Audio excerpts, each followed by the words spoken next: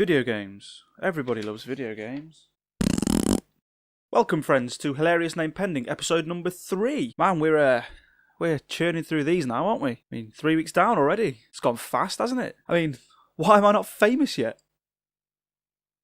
It's about time, innit? Anyway, onto the video game news that rubbed me up the wrong way this week. Sniper Ghost Warrior 3 has trouble loading. So apparently, a 5-minute load time every time you launch the game is considered acceptable by Sniper Ghost Warrior 3's developers. The game, which released this week and to some significantly lukewarm reviews, has faced further criticism from players for such laborious load times on PlayStation 4. Coming out in defence of their game, and understandably so, CI Games had this to say: "We are aware of the problem with long initial loading times, but thanks to this decision we are able to shorten any loading times during missions, respawns and fast travel to a minimum. Ultimately, we feel like this inconvenience is rewarded with a comfortable experience once the game is loaded." Are you kidding? Mate, are you kidding? So what you've done is, you've acknowledged the problem with your game. And all you've done is said, yeah, we know it's a bit wank, but we can't be asked to fix it. You haven't got a fucking Grand Theft Auto 5 or Horizon Zero Dawn on your hands here, mate. At best, you've got a poor man's Sniper Elite. And yes, I know when it comes down to it, this issue is kind of nitpicking. I mean, 5 minutes isn't really a long amount of time. But compared to the load times of modern gaming, it's a fucking decade. GTA 5 and Horizon Zero Dawn both managed their initial load times in under 5 minutes, and for much more of a game on the other side of that. Seriously, if a game takes 5 minutes to load without any warning, then I'd call that game fucking broken. I'd think there was a problem with the system or the game. I'd be pulling out wires everywhere. But no, apparently you think it's okay. Guys, your game is broken. Keep to the standards, guys. I mean, Jesus Christ.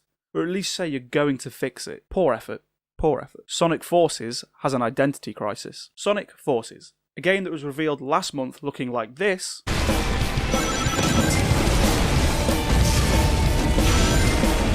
now looks like this.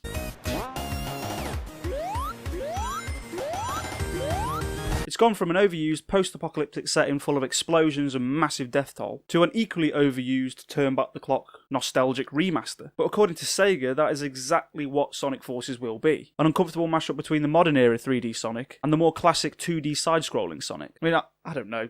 Sega must be having a right laugh with this one. Personally, I'm more inclined to lean towards the latter, because Sonic the Hedgehog was one of the first games I ever played, and this polished take on the Green Hill Zone got my nostalgic juices flowing. Seriously, I made a right fucking mess. But this toss, this action-packed Call of Battlefield modern Warfall type Sonic, no thanks, Mr. Sega. I'm sorry. Go away, get your shit together, and come see me. Burnout is back. Sort of. Remember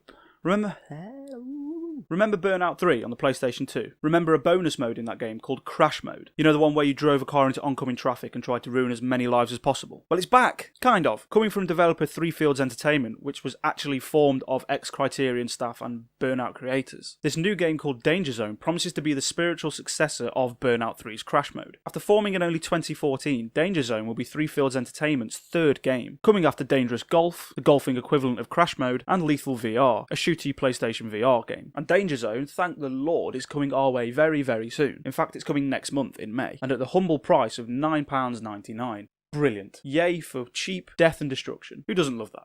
Call of Duty World War 2 gets revealed. This one. Full of original ideas. So yesterday evening in London, Activision and Sledgehammer gathered everyone together to reveal something that came as a surprise to absolutely fucking nobody. Call of Duty World War 2. Yep, never want to miss out on a trend in first-person shooters. Titanfall.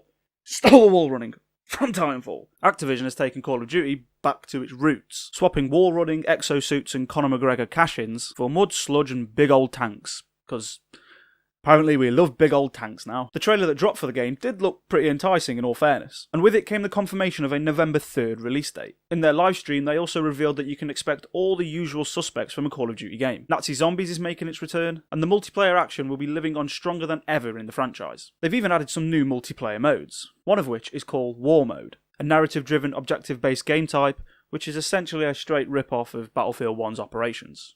No, seriously, it's the same thing. But that isn't the only place that Call of Duty World War 2 is getting its inspiration from. There's also some sort of multiplayer hub world they're calling Headquarters, which at first glance is essentially what Destiny did with The Tower, where players can get together and interact with each other before heading out on missions. So yeah, that's a thing. I mean, are they fucking serious with this now? Is Sledgehammer taking the piss? Like, can they not think of anything for themselves? And that's all she wrote, folks. Well, all he wrote. I'm I'm a male, in case you needed to get that cleared up. So did I miss anything this week? Has Call of Duty World War ripoff got you all excited? Do you think 5-minute load times are okay? They're not. Don't be a dick. Let me know down in the comments or over on Twitter at DarylDoes. I'll be waiting here all week for you strangers on the internet to give me the gratification I so desperately crave. Please. Please like me. Please. Oh, Halo 6. Apparently that's happening now. I've caught wind of Halo 6 happening. I mean, Microsoft just don't know when to quit, do they? They're really flogging a dead horse now. Just move on, Microsoft. This is like going to watch Status Quo live now. They've got that one song that they did a few decades ago, and they haven't come up with anything half decent since, and all they do is play that banger over and over again. Come on. Come on, Microsoft. It's getting sad now. Didn't want a Status Quo die.